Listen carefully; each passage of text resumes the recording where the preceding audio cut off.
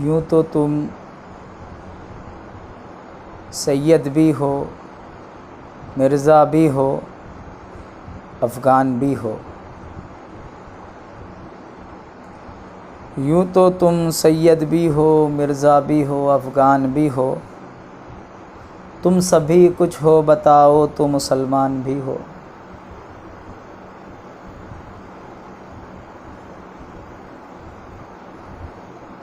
زباں سے کہہ بھی لیا لا الہ تو کیا حاصل، دل و نگاہ مسلمان نہیں تو کچھ بھی نہیں۔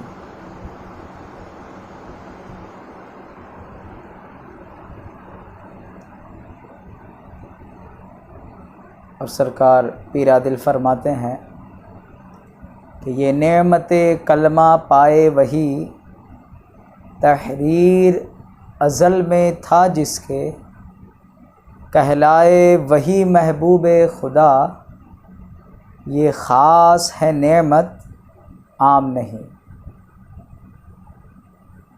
ہم زمانے کو حقیقت کی ضیا دیتے ہیں،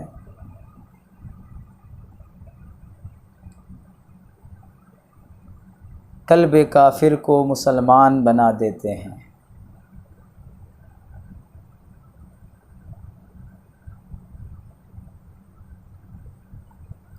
زہے قسمت جو اپنی دھڑکنوں کی ہم زباں سمجھے، حقیقت میں وہ مومن ہے جو کلمے کا بیاں سمجھے۔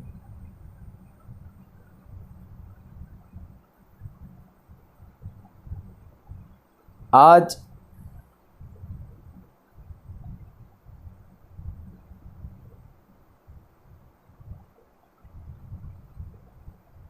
کلمہ اخلاص کی بات کرنے والے ہیں، کلمہ شفاعت کی بات کرنے والے ہیں، کلمہ بزرگ کی بات کرنے والے ہیں، کلمہ برتر کی بات کرنے والے ہیں، اس کلمے کی بات کرنے والے ہیں جو مبارک کلمہ کہلاتا ہے، جس کو قرآن کریم نے الگ الگ ناموں سے پکارا ہے، جسے کلمہ اسلام بھی کہتے ہیں، کلمہ ایمان بھی کہتے ہیں، کلمہ نجات بھی کہتے ہیں، کلمہ توحید و رسالت بھی کہتے ہیں، کلمہ طیبہ بھی کہتے ہیں۔ غرضی کے بہت سارے اس کلمہ کے نام ہیں۔ اللہ تبارک و تعالی نے کلمہ طیبہ کو قرآن مجید فرقان حمید میں شجرہ طیبہ کے نام سے بھی یاد کیا ہے۔ شجرہ طیبہ جس کا مطلب پاکیزہ درخت کے ہیں،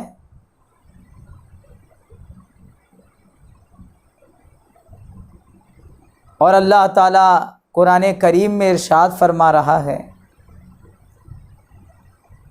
أَلَمْ تَرَ كَيْفَ ضَرَبَ اللَّهُ مَثَلًا كَلِمَةً طَيِّبَةً كَشَجَرَةٍ طَيِّبَةٍ أَصْلُهَا ثَابِتٌ وَفَرْعُهَا فِي السَّمَاءِ، یعنی اے محبوب، اے نبی، کیا آپ نے نہیں دیکھا کہ اللہ تعالی نے کیسی مثال بیان فرمائی ہے کہ پاکیزہ کلمہ اس پاکیزہ درخت یعنی پاکیزہ جھاڑ کی طرح ہے جس کی جڑ قائم ہو، اور شاخیں آسمان میں پھیلی ہوئی ہو۔ اور آگے ارشاد فرما رہا ہے کہ اپنے رب کے حکم سے وہ جھاڑ ہر وقت پھل دیتا ہے، اور اللہ تعالی لوگوں کے لیے مثال بیان فرماتا ہے تاکہ وہ یاد رکھیں۔ یہ سورہ ابراہیم کی آیت نمبر 24 اور آیت نمبر 25 کی تلاوت کی۔ اللہ تعالیٰ ارشاد فرما رہا ہے، کیا ہم نے، اے محبوب کیا آپ نے نہیں دیکھا کہ اللہ تعالیٰ نے کیسی مثال بیان فرمائی ہے کہ کلمہ طیبہ جو ہے شجرہ طیبہ کی طرح ہے، اور شجرہ طیبہ کی کیفیت بتائی جس کی جڑ قائم ہو اور شاخیں آسمان میں پھیلی ہو اور اپنے رب کے حکم سے ہر وقت پھل دیتا ہو۔ اور اللہ لوگوں کے لیے مثالیں بیان فرماتا ہے تاکہ وہ یاد رکھیں۔ اب کلمہ طیبہ سے مراد لا الہ الا اللہ محمد رسول اللہ صلی اللہ علیہ وسلم ہے، اور اس پر ایمان لانا بے حد نہایت اشد ضروری ہے۔ اور اس کے مد مقابل آگے اللہ تعالیٰ قرآن میں جو ہے کلمہ خبیثہ کا ذکر کر رہا ہے، یعنی اس کلمے کا انکار وہی کلمہ خبیثہ ہے۔ کلمہ طیبہ ایک پاکیزہ درخت کی طرح ہے۔ پاکیزہ اور عمدہ درخت کی صفت کیا ہوتی ہے؟ تو اس کی صفات یہ ہوتی ہے کہ اس کی جڑیں کافی گہری ہوتی ہے۔ جو اچھا درخت ہو، جو بہترین درخت ہو، جو بیسٹ درخت ہو، اس کی صفت کیا ہوتی ہے، اس کے صفات کیا ہوتے ہیں؟ تو کہتے ہیں کہ اس کی جڑیں کافی گھنی ہوتی ہے، جس وجہ سے تیز آندھی اور طوفان اسے جڑوں سے اکھاڑ نہیں سکتے۔ پھر کتنے بھی طوفان آ جائے، بھونڈر آ جائے، آندھیاں آ جائے، اسے جو ہے اس پاکیزہ درخت کو، اچھے درخت کو، مضبوط درخت کو اکھاڑ نہیں سکتے ہیں۔ پھر اس کی دوسری صفت بھی ہے کہ اس کی شاخیں خوب پھیلی ہوئی اور اونچی ہوں، کیونکہ شاخوں کے پھیلے ہونے سے اس کا سایہ خوب گھنا ہوتا ہے، جس کے سائے میں لوگ آ کر خوب فیض حاصل کریں گے اور اس سائے میں سکون حاصل کریں گے۔ تو اس کی شاخیں خوب پھیلی ہو تاکہ لوگ اس کے سائے میں خوب آرام کریں اور اس پر پھل ہو۔ جو زیادہ شاخیں ہوگی، زیادہ گھنا درخت ہوگا، زیادہ اونچا درخت ہوگا، تو جس کی شاخیں زیادہ پھیلی ہوئی ہو، جس کی شاخیں گھنی ہو، اس میں پھل بھی زیادہ لگتا ہے اور اس کا پھل لذیذ ہوتا ہے۔ یہ پاکیزہ درخت کی علامتیں ہیں۔ یعنی کلمہ حق میں یہ تمام خوبیاں موجود ہے۔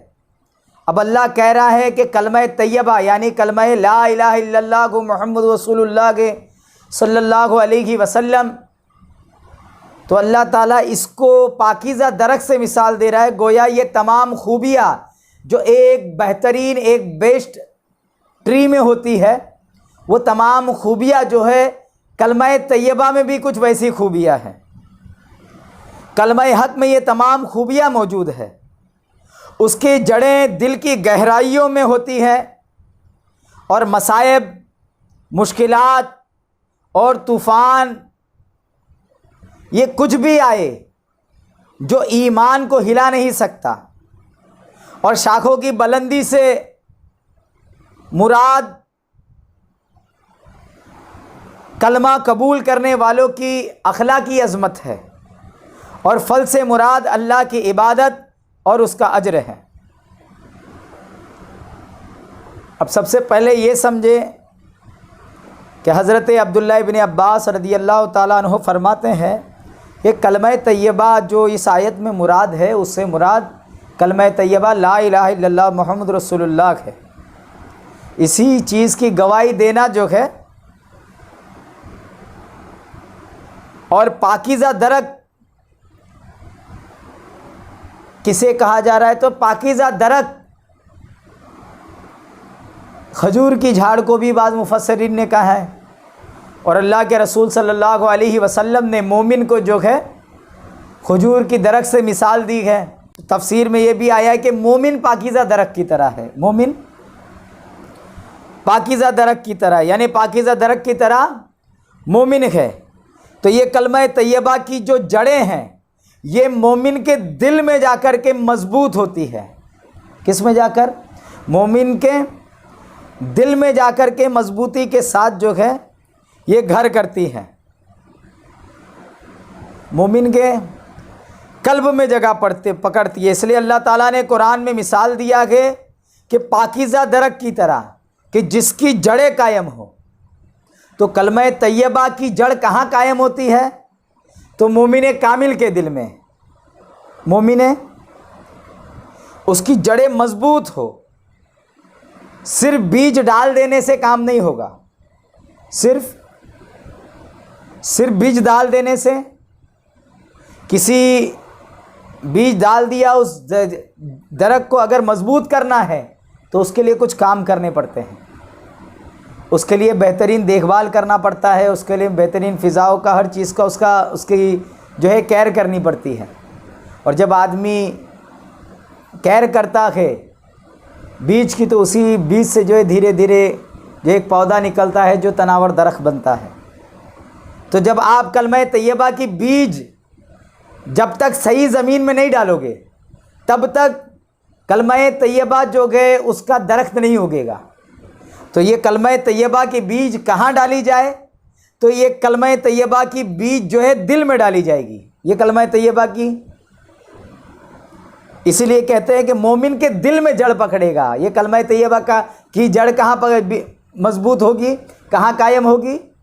مومن کے دل میں قائم ہوگی۔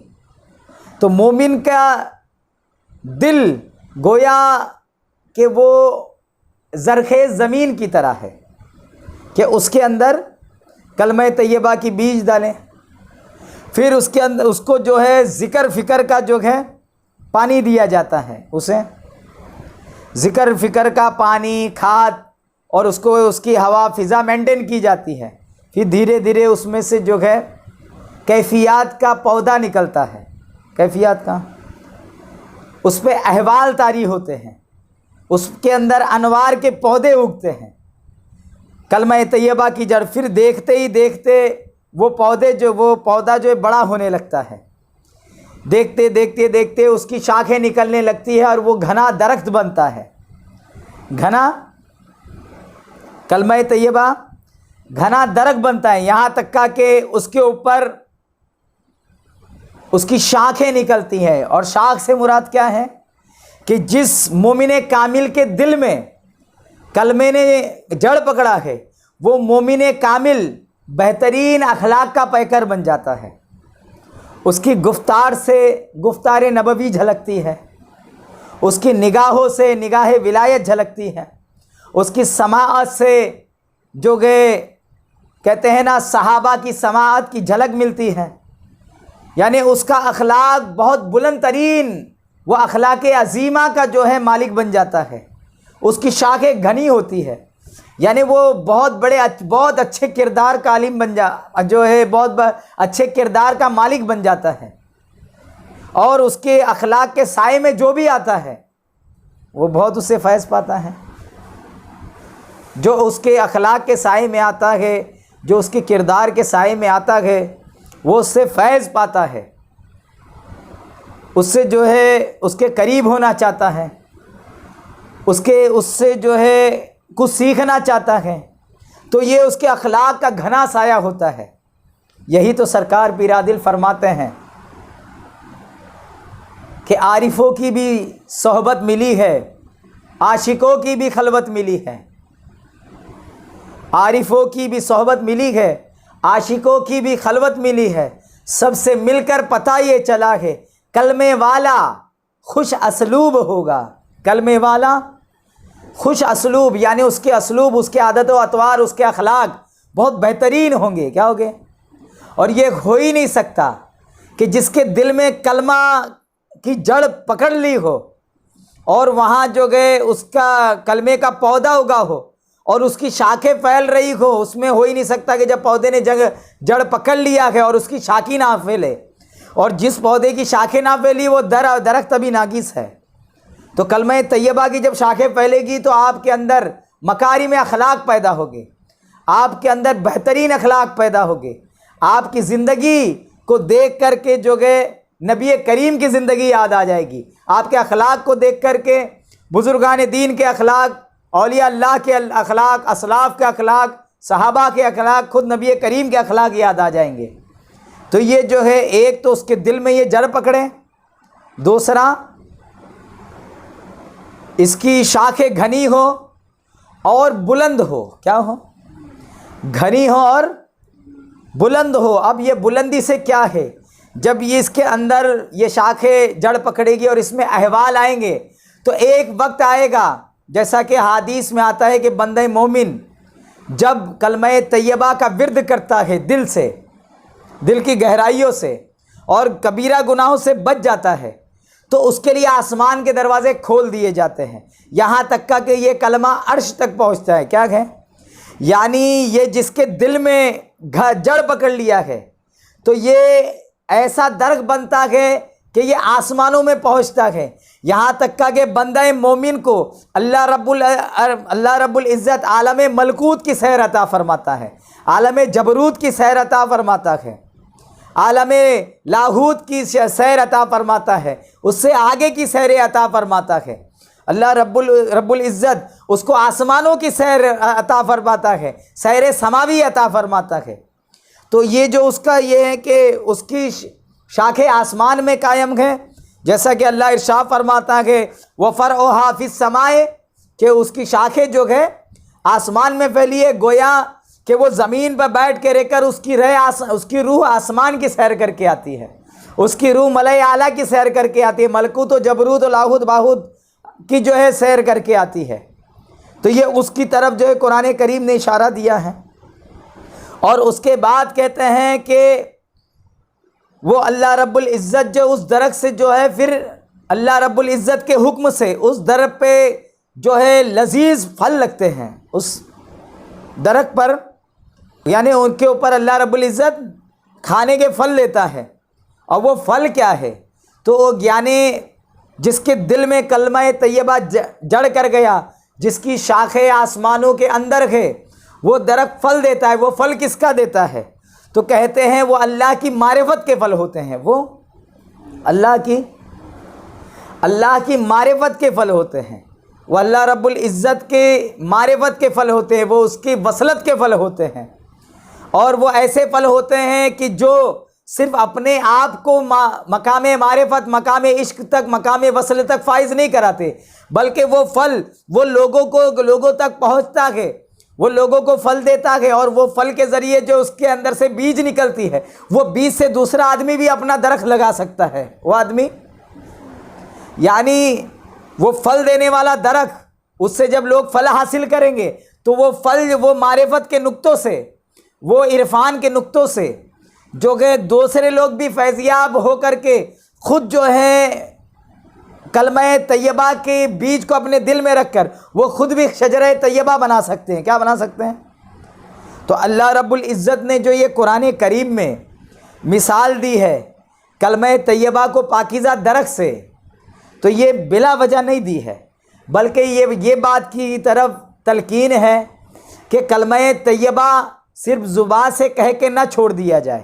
زبان سے کہہ بھی لیا لا الہ تو کیا حاصل، تو کیا حاصل، دل و نگاہ مسلمان نہیں تو کچھ بھی نہیں. سرکار پیر عادل فرماتے ہیں کہ تحقیق کر تصدیق کر کلمہ گو بن جائے گا، جو سراپا کلمہ ہوگا وہ ولی کہلائے گا. تو یہ کیا ہے؟ تو آپ کا دل جو ہے کلمہ طیبہ کے بیج کو اخذ کرے، اور اس بیج کو آپ کے قلب میں کوئی ڈالے گا، تو جو اس بیج کو آپ کے قلب میں ڈال سکتا ہے، جس کو یہ ڈالنا آتا ہے، اسی کو ہم مرشد کہتے ہیں، ہدایت کرنے والا کہتا ہے. وہ مرشد کامل ہے جو آپ کے قلب میں یہ کلمہ طیبہ کی ہدایت کا بیج ڈالے گا. زبان تک علماء پہنچاتے ہیں، جو ہے دین جاننے والے آپ کے زبان تک لے کے آئے گے، لیکن دل میں اس کی بیج ڈالنا، دل کے اندر کلمہ طیبہ کی بیج ڈالنا جس سے ولایت کا درخت نکلے، جس سے کلمہ طیبہ کا درخت نکلے، وہ کیا ہے؟ وہ پیر ڈالے گا، وہ آپ کے قلب میں پیر ڈالے گا، اور اس کے بعد جو ہے وہ پیر اس کی دیکھ بھال کرے گا اس زمین کی. اس کے بعد اس میں سے انوار و تجلیات، کیفیات اور مقامات اور احوال کی جو ہے منازلیں طے ہوگی، اور پھر اس کے بعد اس کے شاخیں نکلے گی جس سے وہ بہترین اخلاق، بہترین کردار اور عظیم جو ہے خلق کا مالک بنے گا. پھر اس کے اوپر، اس کے ساتھ ساتھ اس کے اوپر جو ہے معرفت کے پھل لگیں گے، مقام وصلت کے پھل لگیں گے، اور حقیقت وحدت وجودی ہو یا وحدت شہودی، اس کی حقیقت وہاں ہوگی. تو یہ جو ہے یہ پیر کامل جو ہے یہ آپ بیج لگائے گا، اور اس کے لگانے سے یہ جو ہے درخت اگے گا. اور اللہ رب العزت اسی طرف اشارہ فرما رہا ہے، کلمہ طیبہ کو پاکیزہ درخت کہہ کے یہی اشارہ دے رہا ہے کہ صرف کلمہ ایک مرتبہ پڑھ کر اس کو چھوڑ نہ دو، بلکہ کلمہ طیبہ کی تعلیمات حاصل کرو، اور اس کے ذریعے اس کی جڑوں کو قائم کرو، اور ایک پاکیزہ درخت قائم کرو. اللہ رب العزت ہمیں اور آپ کو جو ہے کلمہ سمجھنے کی توفیق عطا فرمائے. اور یہ بات یاد رکھو، اسی لیے تو سرکار پیر عادل ارشاد فرماتے ہیں کہ کلمہ طیب سے دل آباد رکھ، کلمہ طیب سے دل آباد رکھ، ورنہ بربادی کا منظر یاد رکھ. جس کے دل میں کلمہ طیبہ نہ ہوگا تو اس کے دل میں جو ہے کلمہ خبیثہ ہوگا. اور گندی بات کی مثال جیسے ایک گندا پیڑ کہ زمین کے اوپر سے کاٹ دیا گیا، اب اسے کوئی قیام نہیں، اس کے لیے کوئی جگہ نہیں. تو یاد رکھیے کہ اگر کلمہ طیبہ کو دل میں نہیں بسایا کسی پیر کامل سے، صحابہ نے نبی کریم سے بسایا، اور تابعین نے صحابہ سے لیا، اور تابعین نے تابعین سے لیا، پھر کہتے ہیں ایک سلسلہ وار جو مشائخ نے 4 پیر 14 خانوادہ سے ایک سلسلہ چلا، اور لوگوں نے کلمہ طیبہ سے اور یہ کلمہ شجرہ طیبہ کا بیج اپنے سینے میں لگایا، اور ایک شجرہ طیبہ جو ہے اگایا، اور روحانیت کا درخت اپنے اندر پیدا کیا. اگر آپ پیدا کر لو گے تو الحمدللہ کہ انسان کے برزخ کا کلمہ ہی نمونہ ہے. یہ بات سمجھنے کو بیعت تیری ہونا ہے، تم ذہن نشی رکھ لو. یہ بات فقیروں کی، ہاتھ آ جائے کھو جائے تو مٹی ہے، ہاتھ آئے تو سونا ہے. اور کلمہ طیب سے دل آباد رکھ، ورنہ بربادی کا منظر یاد رکھ. اللہ رب العزت ہمارے دل میں کلمہ طیبہ کی بیج لگا کر اس سے پاکیزہ درخت بنانے کی توفیق عطا فرمائے. وآخر الدعوانا الحمدللہ رب العالمین.